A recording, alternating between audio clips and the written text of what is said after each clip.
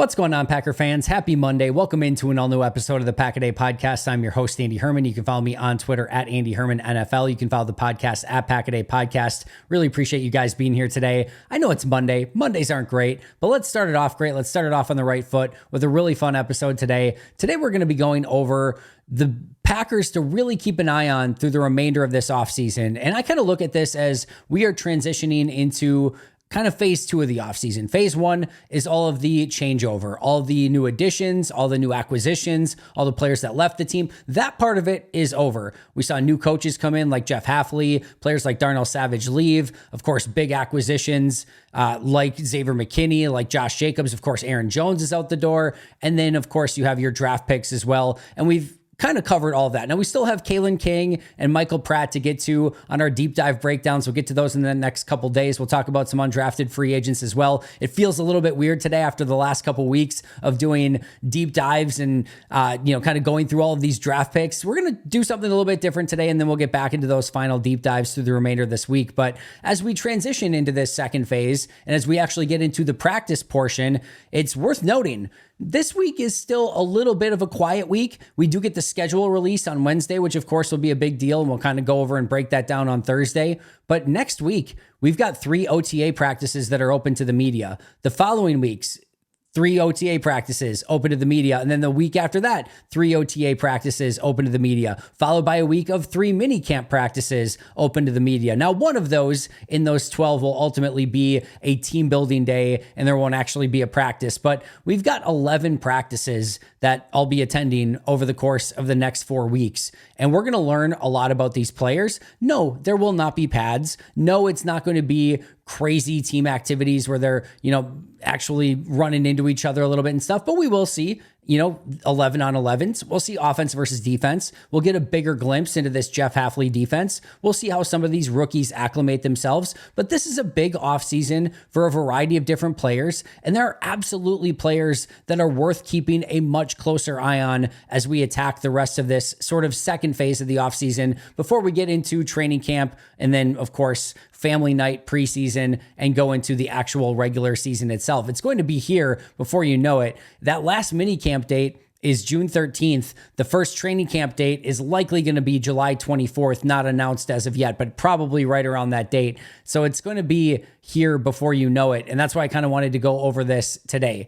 So the first thing I want to mention here is no rookies on this list. We're all going to be keeping a very close eye on all of these rookies and how they're acclimated and how they, kind of take to the NFL game and what they can potentially bring to the Packers in 2024. We're all going to be keeping an eye on those. That being said, just sort of an honorable mention here of all the rookies that I'll be keeping an extra eye on. I wish I had something exotic. I wish I could tell you, yep, it's actually the 6th round pick. It's not. It's the 1st round pick. It's Jordan Morgan. And the reason that I say that as sort of this honorable mention, even though we're going to be all keeping an eye on the rookies, is because Jordan Morgan has A, the potential to be your starting left tackle, B, a major player within this offensive line. Even if he doesn't win the left tackle job, all right, then does he win one of the other jobs? Could he potentially be the left guard, the right guard, right tackle? Is Zach Tom moving somewhere? Who knows? That could be within the realm of possibility. The third thing is, even if he doesn't earn the starting job, in all likelihood, at worst, he's going to be the 6th guy, the first guy up. And we know there's going to be injuries. And we know this offensive line, the depth is still a question mark. Whether it's Jordan Morgan, whether it's a couple of the guys that are starting along the offensive line already, whether it's an Andre Dillard or Royce Newman, any of the rookies that they selected not named Jordan Morgan, there's still a lot of question marks with the overall depth on this offensive line. But if Jordan Morgan answers that and is clearly one of the best 6 and can come in, even if he doesn't earn the starting spot, and come in and play at a really solid level that you're not panicking that you've now got Jordan Morgan on the field, that's a big deal in and of itself. But the other reason why I'm keeping a really close eye on this is a major domino along the offensive line. We know that Green Bay is going to do best 5 on the line. We could see Jordan Morgan at left tackle, left guard, or right tackle. All of those are somewhat within the realm of possibility. He also could be the number 6 guy. If he's a starter, all right, what happens to Rasheed Walker? Does Rasheed Walker move to right tackle? And then does that kick Zach Tom inside? If Zach Tom kicks inside, is that at center for Josh Myers, or is that at right guard for Sean Rhyan? Because he's going to be a starter one of those spots. It's not just going to be Rasheed Walker moves to right tackle and Zach Tom's on the bench. So where does he move? Or does Jordan Morgan start at left guard? If that's the case, where does Elton Jenkins move? Is it right guard for Sean Rhyan? Is it center for Josh Myers? If it is for center for Josh Myers, does then Josh Myers move out to right guard? And is there any sort of competition at right guard with Myers and Sean Rhyan? So the Jordan Morgan situation sort of creates this domino effect for the rest of the offensive line. And maybe it's something as simple as Jordan Morgan wins the left tackle spot and Rasheed Walker just becomes your swing tackle. That's certainly within the realm of possibility as well. But the amount of outcomes that can change on the offensive line just based almost on Jordan Morgan alone is pretty astonishing. So that's why Jordan Morgan deserves a little bit more to be talked about here, is because I do think the entire structure of 5 guys along the offensive line could be dependent, first of all, upon Jordan Morgan, and then other things will have to happen after that to see who gets those other starting spots, how they fit the best 5 guys. Do they want to move Zach Tom? Do they want to move Elton Jenkins? All of those things become major question marks, but it starts with Jordan Morgan and getting in that starting conversation, and then it kind of trickles down to Rasheed Walker. Whereas is he one of the next best 5? And if so, it just kind of makes it that you've either got to then move Jordan Morgan inside or Morgan to right tackle or Walker to right tackle. And again, we could talk about this for the next 45 minutes of all the different versions of what this offensive line could look like, but it starts with Jordan Morgan. And that's why of all the rookies, I'll be keeping a little bit of an extra eye on him. And of course, he's just the first round pick too. And you want that guy to be sort of the leader of your rookies and the guy that looks the best from day one. So for all the reasons we just mentioned, the rookie that I'm going to be keeping my eye on most is, of course, Jordan Morgan. But there are a plethora of other Packers that are not rookies that are also going to be worth watching and monitoring as this OTA and minicamp period kicks off over the course of the next month. And number 1 on that list to me is a very, very clear and obvious Eric Stokes. The career trajectory so far for Eric Stokes is mind-boggling.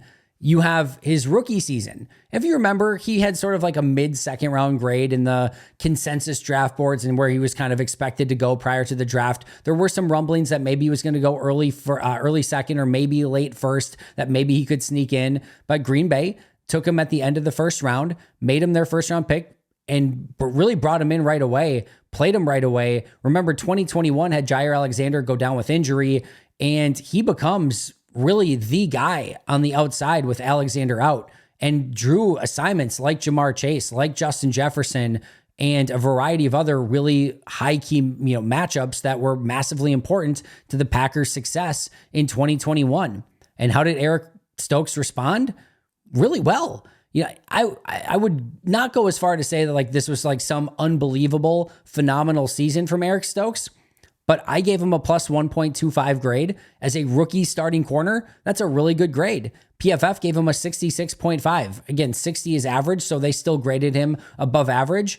Again, when you're coming in as a rookie who was maybe considered a fringe first, second round guy, and Green Bay throws him into the fire immediately against some of the best wide receivers in the league, and that's how you respond as a rookie, there is no question about it whatsoever. That is a really good rookie season for Eric Stokes. And everyone, and I mean everyone, was excited about him transitioning into his sophomore year in Green Bay. And with Jaire Alexander theoretically coming back, as well as Rasul Douglas, now you got Eric Stokes, you're thinking, oh my goodness, this has the ability to be a huge strength of the Packers defense in 2022. And imagine Eric Stokes was out there having to guard the number 1 guys. Now he gets to be the number 2 corner, and you don't have to put as much on his plate. Like, he's going to come in and not only just be a good, like, he's going to be a fantastic number 2 corner if he can take any step in a positive direction. And instead, it went the exact opposite direction in a pretty aggressive way. He played 9 games in 2022. PFF had him at a 53.7. I had him at a negative 3.65. So from a plus 1.25 in 2021 as a rookie to in 9 games, a negative 3.65. Even from a PFF standpoint, in 2021, 66.5 to 53.7 in 2022. Now, as I will say every single time, my grades, PFF grades, they're not the be all end all, but PFF and I, as watching every single play, saw it pretty similarly where there was a pretty solid baseline as a rookie and it took a pretty significant step back. I will also press you to ask anyone to think that Eric Stokes did not take a step back in year 2, and I don't know that anyone's going to argue against that. He very, very clearly took a pretty significant step back in year 2 in those first 9 games before then suffering a major injury through the remainder of the season. And then the hope is that, hey, he's going to come back healthy in 2023. Hopefully he can come back and play the way that he did as a rookie in 2021 at minimum, or maybe even just be hopefully a step above that.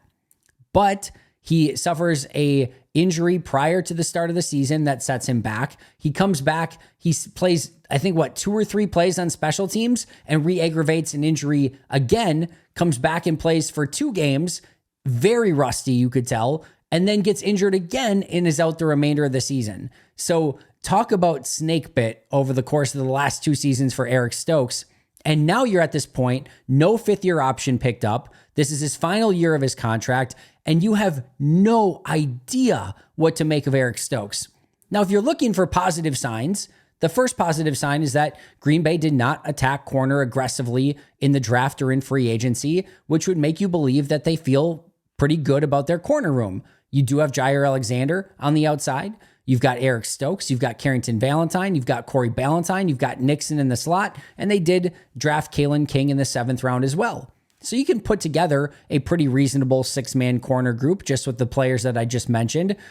But if they thought Eric Stokes was not ready to play or that this was a potentially lost cause, you have to think they would have probably put some more resources into that position this offseason. And quite frankly, they just didn't. So hopefully that's a good sign. All indications from Matt LaFleur are that Eric Stokes looks fantastic, that he's healthy, he's already looking good in some of the team activities that they've done, that he's good to go for 2024 and full steam ahead.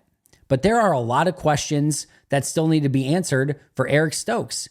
The first is just, can he stay healthy this year? That would be a really positive step in the right direction. And I know he's been one of the players that they've been looking at all these different injuries along with Christian Watson.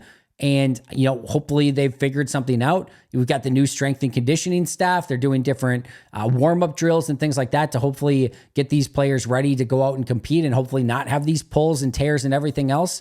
But number 1 is just staying healthy. Number 2 is, how is the speed? Eric Stokes' superpower, what really made him special, was that 4.3 40 speed, the low 4.3s.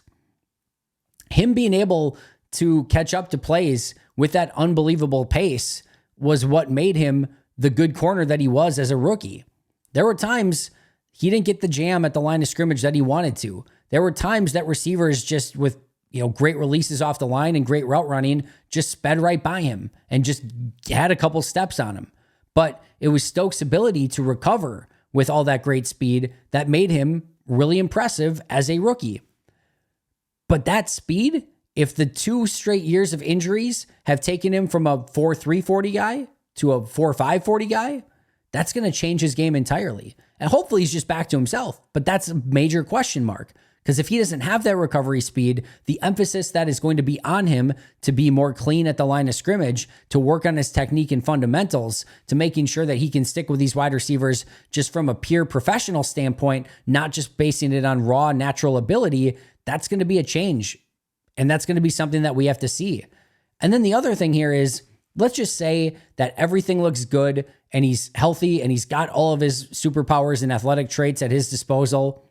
Well, that's great. But he did at the beginning of his 2nd season as well. And that season did not start well in any capacity. Through 9 games, it went very poorly. So even if he is himself, what is that Eric Stokes? Is it rookie year Eric Stokes? Is it 2nd year Eric Stokes? Is it the Eric Stokes that looked really rusty in the 2 games that he played a season ago? Or is it a completely different version, for better or for worse? If we could see a step up from rookie Eric Stokes, yeah, you've got your legit number 2 starter next to Jaire Alexander. If it's a step down, look out. I don't even know that he makes the 53 at that point, if it's a significant step down. So like that is the range of outcomes here for Eric Stokes. And yes, I do very much believe he'll make the team. I think he's going to have every right to be in the starting corner conversation. I think he and Carrington Valentine, and maybe Quay Valentine as well, will have a real opportunity to fight this out and have a really good competition in camp and preseason. And I'm really looking forward to that, but I really want to see it. And then the last thing here is, how does he look in Jeff Hafley's defense?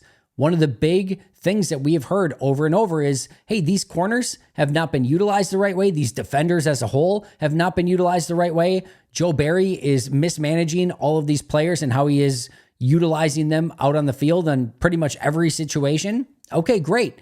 Now let's see it under Jeff Hafley, who by all accounts is going to run things entirely different.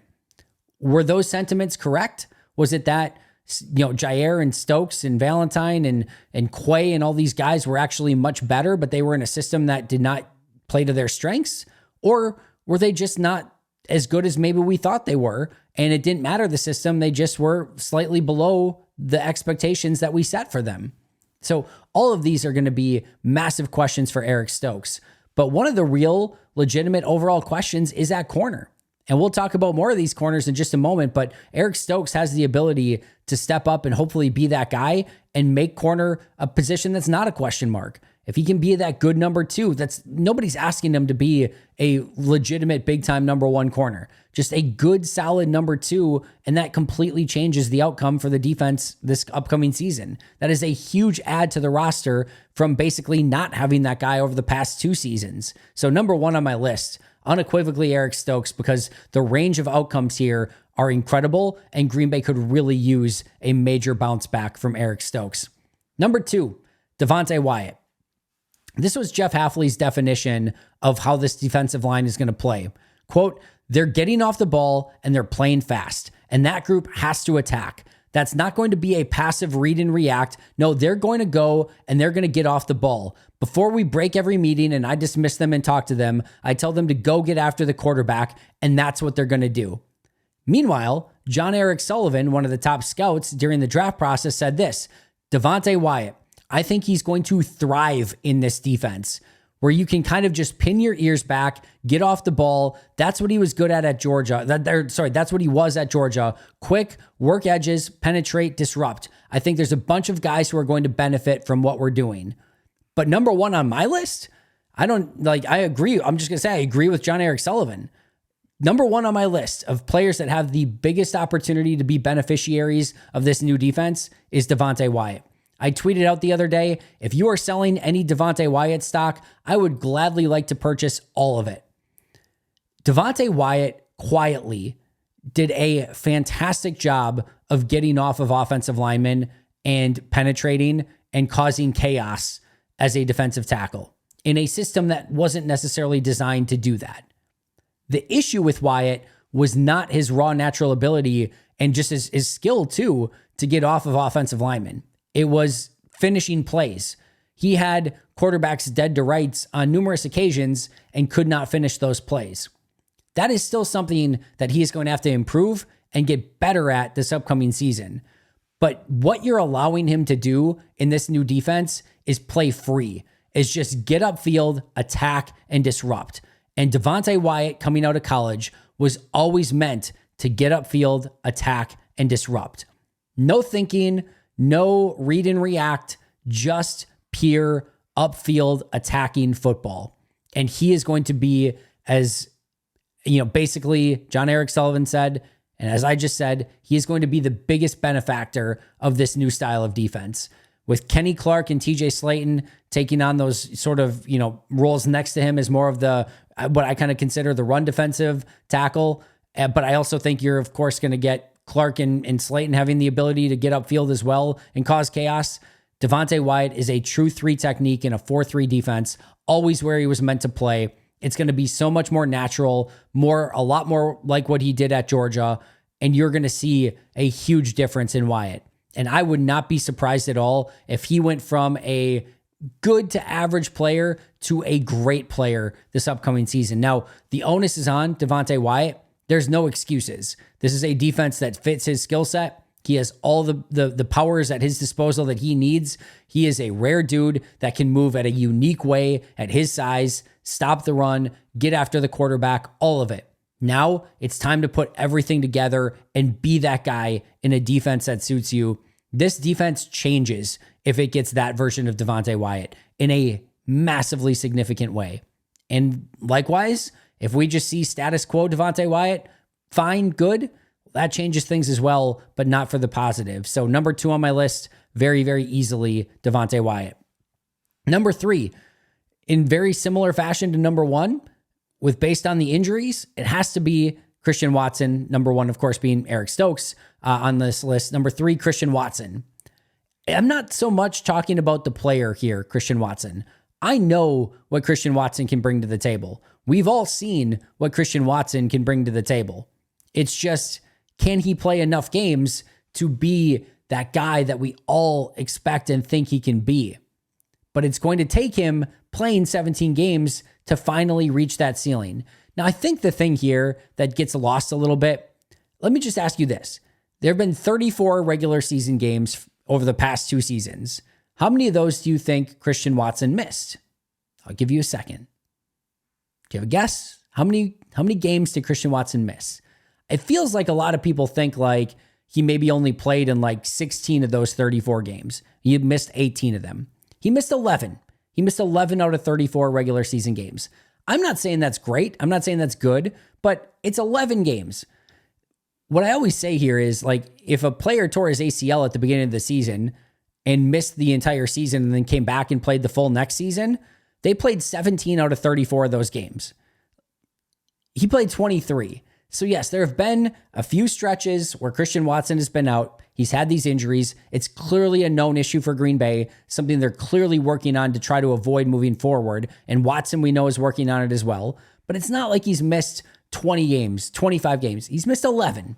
Still a lot, but maybe not as much as I think some people think it is. Maybe you had it right. I don't know. But here's the thing. Watson changes this offense in a very significant way. Even if he doesn't get the ball, his ability to stretch the defense, have defenders go with him. There's a gravity to Christian Watson that is important, that opens things up for Romeo Doubs, Dontavian Wicks, Luke Musgrave, Tucker Kraft, everyone. It opens up everything for everyone because he's taking defenders down the field.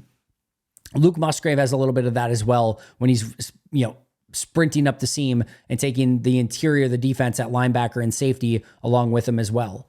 But you need those speed guys to be able to, 1, come up with big plays down the field, but number 2, draw defenders with you to open up things underneath. Otherwise, things get just so crammed in that intermediate and short area of the field, and it just gets so difficult to operate when you're not having somebody who can stretch the field down the field. And that has to be Christian Watson. So again, he's got 12 touchdowns in those 23 games. We know what he's capable of, but he opens up the offense. Green Bay needs him to be healthy, and we're all hoping that this is the breakout, real true breakout, full season for Christian Watson. All right, number 4, Jaire Alexander. By all accounts, Jaire Alexander has been fantastic this offseason. He's been showing up to everything. He showed up early to the offseason activities. Green Bay is in need of a bounce back from Jaire Alexander in 2024 from what we saw in 2023. Not only just with his play on the field, but you get the 1-game suspension. There was just some of the weird stuff that went on. There was always just an odd vibe surrounding Alexander and the Packers. But it seems like Green Bay addressed it the right way, had the 1-game suspension, but then attacked it as if they were on his side the entire time and really worked with him to try to figure out ways to unlock the real Jaire Alexander. We saw the huge interception in the Cowboys game. I thought he had a really great end of the season. And then he has now come back and has been everything they've been asking him to be in this offseason so far by, again, all accounts. But Green Bay needs, I don't know if they need all pro Jaire Alexander, but they need something close to it. They need at least Pro Bowl Jaire Alexander on the outside. This is another player that needs a little bit of a bounce back season, needs to be the Jaire that we saw earlier in his career. Not the one that's detracting from the team, but the one that's adding that swagger and intensity and energy. There was a way that Jaire went about playing that was infectious and contagious to the rest of the team. His energy brought energy to the rest of the team. And during parts of last season, it felt like it was the opposite, that his, almost, I don't even know if I want to call it a lack of energy or a negative energy. It just felt like it was detracting from the team. But I think we're going to see that different Jaire this year, like we saw at the end of last season. I think we're going to see an impactful Jaire Alexander. And here's the other thing too. I want to see how he fits in Jeff Hafley's defense as well. And I think that's probably one of the reasons that Jaire seems so excited and ready to be, here early for OTAs and all of it, because I think he's ready to play in a defense that's going to, fit his skill set much better. And that's going to be this Jeff Hafley defense. I believe there's a massive chance that we see a big time resurgence from Jaire Alexander and him playing at the level that we all know that he's capable of. And now he hopefully, just goes out and does it in 2024 and becomes the Jaire Alexander that we know can be an all-pro at any given moment and one of the best true cover corners at any given moment in this entire league. Number 5, we're sticking at corner. 3 out of the 5 so far at the corner position. Eric Stokes at number 1, Jaire Alexander at number 4, Carrington Valentine at number 5. Matt LaFleur already mentioned that Carrington Valentine looks fantastic, that he's really put on some functional strength in the offseason, been working in the weight room. And, we talk about, but Matt LaFleur talked about it as well, how that first rookie season, you spend your entire time, on job interviews, basically going city to city, ton of airplane time and just travel and interviewing with teams, going to the combine, going to the Senior Bowl or the different bowl games that are available or all-star games that are available. And it's just a whirlwind. You don't have the additional time to really spend in the weight room and put on all that extra functional strength. But in your second year, you've got all that additional time because you're not doing any of that stuff. Carrington Valentine has apparently put in the time, and he apparently looks a whole heck of a lot better. He has every right to earn that starting corner job over Eric Stokes. This is another player that I'm really interested to see how they fit in Jeff Hafley's defense. I think he's a better press man-to-man corner who's able to use that physicality at the line of scrimmage, and I think this is going to suit him very, very well. But this corner position is an interesting one because Jaire, Carrington Valentine, Quay Walker, Eric Stokes, we know Jaire is going to be one of those, but how do the others fit? Do any of these players get some time on the inside, or is that just going to be Keyshawn Nixon? But listen, Brian Gutekunst has been effusive in his praise for how Carrington Valentine played a season ago. I thought he was solid. I didn't think he was great, but we've seen solid rookie performances from corners in the past. We talked about Eric Stokes. We can talk about Demarius Randall, Quentin Rollins, both pretty satisfactory to solid rookie seasons. There have been others as well.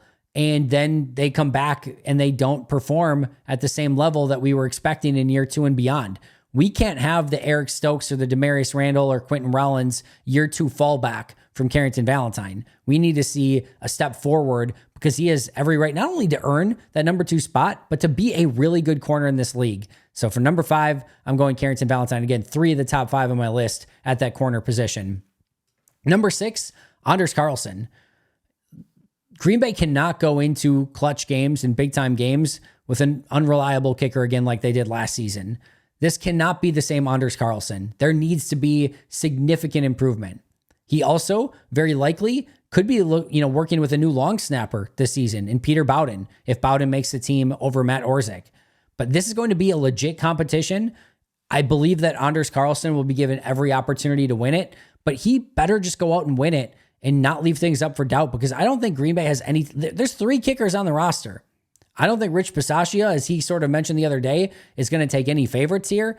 And as Brian Gutekunst, and I'm sure this entire team would just love if their draft pick that they spent resources on to go get in the draft, that they have belief in, that it's still young and super talented.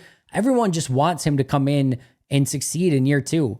But that's going to be up to Anders Carlson. And this is a big one because that special teams as a whole, still a major question mark. And you just cannot leave points on the board in this league. Those missed field goals, those missed extra points, they add up in a significant way. And Green Bay should not have to overcome that. They need a much better version of Anders Carlson in 2024.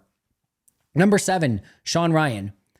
I believe that there is a belief that Sean Rhyan is just a ready to go starting right guard in the NFL. And personally, I just don't see it that way. And actually, I had a slightly positive grade on Sean Rhyan last year, plus 0.05, but a negative 0.65 over his final 8 games, which is not brutal. It's fine. PFF had a 49.3 grade on him. Here's the thing. I actually like Sean Rhyan quite a bit as a run blocker. As a pass protector, you see a lot more flaws in his game, and he gives up some pretty immediate pressure on a couple different occasions that give you pause and reason for concern. I don't believe that he's just a ready to go, set it and forget it right guard in 2024, but I think he could be if he takes that step. But that's up to Sean Ryan. And I think there's going to be competition there. We'll see if Jacob Monk can get in that conversation, or if they do move some pieces around, maybe Jordan Morgan gets in that conversation. I hope Sean Ryan just goes out and win it. I loved his tape coming out of college. I thought he had right tackle, right guard, left guard, versatility. I would just love for him to earn that right guard spot. I thought there was a little Josh Sitton to his game coming out of college. And, Sitton was ready to go a little bit sooner, but, TJ Lang took some time to kind of figure things out. I'm hoping that's sort of the trajectory here for Sean Ryan is TJ Lang. If you remember, Lang, they started at right tackle and then they moved him to guard and they couldn't really find a spot. And then he settled into it and he just became a really good starter for a really long time. That's what I'm hoping for with Sean Ryan, but I don't think he's there. And I think he's still going to need some work and just to prove himself that, yeah, he's ready to go and be the long-term right guard for Green Bay. Offensive line matters a ton for this team to unlock Jordan Love, these wide receivers, the tight ends, the running backs, all this talent that is on offense. It's going to take the offensive line to be, I think, better even than what they were a season ago. And players like Sean Ryan will have a major say on if they can actually do that or not. Number 8, Quay Walker. Listen, they got Edge Cooper and Tyron Hopper in the draft. And those are two players that can push Quay. Absolutely. Not only in base defense, but in nickel defense and in dime defense. Does Quay get the green dot, or does one of the rookies? Does Isaiah McDuffie? Does maybe a safety like Xavier McKinney? That's not a guarantee. Is Quay in the base defense? Is he in the nickel? Is he in the dime? All these things are potentially up for grabs, especially with the new linebackers that you have on this team. Who's the Mike? Is it Quay? Does it matter? Are they just going to go nickel a bunch and Edge Cooper and Quay Walker are going to play there and they're just interchangeable? That could certainly be. PFF, 52.0 grade.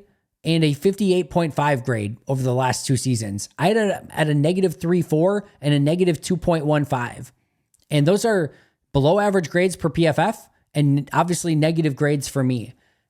I don't believe that Quay has come close to living up to his first round expectations. And I know the fan base, I think, feels a little bit better about Quay. I just haven't seen it. I think it's there. I thought he took a step in 2023 in the right direction, but not to the level that we're all expecting and hoping from Quay. I said it for almost every single one of these defenders so far, and I'm going to say it again. What does he look like in Jeff Hafley's defense? There are plenty of people that believe, myself included, that he was a little bit miscast in Joe Barry's defense. I don't think that's going to be the case with Jeff Hafley. I think they're going to let him attack more. I think they're going to let him, again, probably do some blitzing, some spine, dropping into coverage, using that speed to his ability. But I want to see him take another step in 2024. We've seen year 3 be the year that linebackers can take a little bit of an additional step. We're all hoping that's going to be the case for Quay. The sky is still the limit for him, but I'm not going to say it's now or never, but it's time. I'll just put it in Kevin Green terms. It is time. Number 9, one of my favorite ones to talk about on this list, and that is Bo Melton. I had a plus 2.90 grade in basically 6 games for Bo Melton a season ago. For PFF, they only had Jordan Love with a better grade, and barely. Jordan Love had an 83.6 last year. Melton had an 83.4. That was the only player that PFF had graded better on not just on offense, on the entire team for Green Bay. I wholeheartedly believe that 6-game stretch was not a fluke for Bo Melton. I believe that he is a truly legitimate playmaking wide receiver, and I think he can even get better this upcoming season. And that's a scary thought when you already have Romeo Doubs, Christian Watson, Jaden Reed, and Dontavian Wicks. I think Melton can go out and earn as much playing time as he wants and compete with any of the guys that are already on the roster. That's how good I think he can be. I told you guys last year, that game that Bo Melton played against, I think it was Tampa. It was Tampa. And I don't think he had a catch in the game. I'm not going to look it up. I don't think he had a catch in the game. But I watched that tape, of course, grading every player and every play. And I did a double take a couple times in that game from Bo Melton before he even did anything.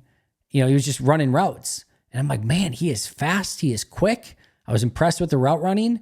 And then lo and behold, he comes back the remainder of the season and tears it up. And I'm extremely excited about Bo Melton, but it's always possible. It was just maybe a flash in the pan. Maybe we just got a bizarro 6 weeks, right player, right space, right time. Who knows? I don't think so. I think they found a real true hidden gem, and I think it's going to be even more fun from Bo Melton in 2024. Number 10, LVN.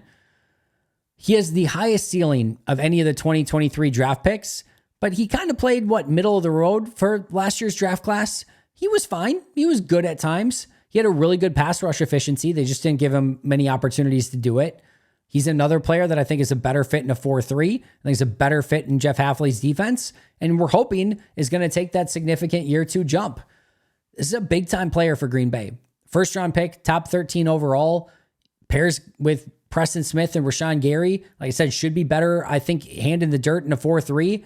I'm so excited to watch him in OTAs to see what he looks like. There were plays where he got a little bit confused a season ago. Remember, he's a hockey player, didn't start at Iowa, still has not spent a ton of time in comparison to others with the sport of football. I want to see him hopefully see this game slow down in 2024. If we see that, we're going to see a very impactful LVN. But he needs to get closer to that ceiling, continue to take those right steps, and hopefully be a real bright spot this upcoming season. Number 11, Luke Musgrave. We know that Luke Musgrave is good. We saw that a season ago. He's a good player, but he has every right to be great / even phenomenal. How does Green Bay weaponize Luke Musgrave? Does he get those stumbles and those just sort of bizarro plays out of his system? I sort of equated it to just him going too fast. And when you're fast, you want to go fast. But he looked like somebody who was trying to go too fast for his own body. It was like he had this unbelievable 4.3 speed and his mind was going in a million different directions. And he was just like, Wile E. Coyote, running off the cliff and just caught in dead air and like just bloop. And you didn't know what was going to happen next. And we have that amazing clip from Matt LaFleur of saying, Luke Musgrave, and Musgrave stayed on his feet. If we see that, if we see him just kind of slow the game down and add an element of maybe just smooth and calmness to his game, that raw natural 4 speed or whatever he ran, 4.4 speed, I don't even know what it was. All of that, I don't think it was that fast. I think it was probably like 4.5, 4.6, whatever it was. Doesn't matter. He's fast. He's freaking fast. For 6'6", he's a freak. And that's what I want to see. I want to see that raw natural ability just take over. And if the game can slow down a little bit for him, if they can weaponize him even more, I think he could be more of a red zone threat. And that's why I'm really keeping an eye on him, because I want to see that, because I do believe that he could be one of the top tight ends in this league. Number 12, last but not least, Josh Jacobs. Of course, we're all excited to see Josh Jacobs. There's no question about that. But the difference between 2022 Josh Jacobs and 2023 Josh Jacobs was pretty significant. 2023 Josh Jacobs was good. No question about it. He's a good running back. 2022 Josh Jacobs was elite. Best of the best. Arguably best running back in the game in 2022. That's a difference. Being good, pretty good, whatever, to elite, best in the game at the position. We want to see best, in the game, elite at the position. That's what I'm looking for. He's going to have a really good offense that's going to accentuate his skill set. All eyes are not going to be on Josh Jacobs. Jordan Love, these weapons, wide receivers, tight ends, they're going to take a lot of the attention, especially if Christian Watson, like we talked about earlier, can, drag a bunch of people with him down the field. That's going to set up Josh Jacobs for success. But I want to see him be explosive. I want to see him be dynamic. And I want to see how he looks. Does he look like that 2022 version? Because if he is, that changes this offense unequivocally. And we're all hoping for that version of Josh Jacobs. It's a pretty big investment by Brian Gutekunst, a running back, moving on from Aaron Jones, moving to Josh Jacobs. Does that gutsiness pay off? Was it the right move? And if so, just how good can Josh Jacobs be this upcoming year? All right, those are my 12. We've got Eric Stokes, Devonte Wyatt, Christian Watson, Jaire Alexander, Carrington Valentine, Anders Carlson, Sean Ryan, Quay Walker, Bo Melton, LVN, Luke Musgrave, and Josh Jacobs. Honorable mention already to Jordan Morgan, but like I said, no rookies on this list. Two others that you may be wondering, really, they didn't get on the list. Number one, Xavier McKinney. I just expect Xavier McKinney to be good. I've seen the tape from New York. He's going to be great. He fits this Jeff Hafley system perfectly. I'm excited to watch him, but my questions on him are pretty limited. I'm just going to go out and watch a really good football player. That's what I'm excited about. But I don't really have questions here. I don't think we need to keep an extra eye on him to see. He's just going to be good. That's my thought on Xavier McKinney and why he's not on this list. The other one, Jordan Love. Why I know Jordan Love? Well, I don't think we're going to learn anything in OTAs and minicamps. I don't even think we're going to learn it in training camps or preseason. We're going to learn the next evolution of Jordan Love in the regular season? Is there any sort of step back? Is there a legitimate step forward? Is he just kind of the same? That we'll have to wait and see, but the regular season will tell us that. The offseason, I don't think is going to tell us any of that. I don't think we're all of a sudden going to see Jordan Love unlock something completely new and just be astounded in OTAs. I don't think so. I think he could in the regular season, but we're going to have to wait for that, and that's why he was not on this list as well. All right, friends, that's going to do it for me today. Make sure to check out Pack a Day Podcast YouTube memberships if you have not done so already. Also, if you're just watching on YouTube or on Cheesehead TV or on Packer Report, wherever you might be watching, just remember, we have a full audio channel as well, where all of these video episodes are uploaded to daily, but we have an entirely dedicated audio team that's covering this team 365 days a year, and you're getting a new episode from them every day as well. So if you haven't subscribed yet to the audio channel, just know there's additional content that's not even on the YouTube channel, not even on the video channels, that's out there 365 days a year as well, that you're not going to want to miss.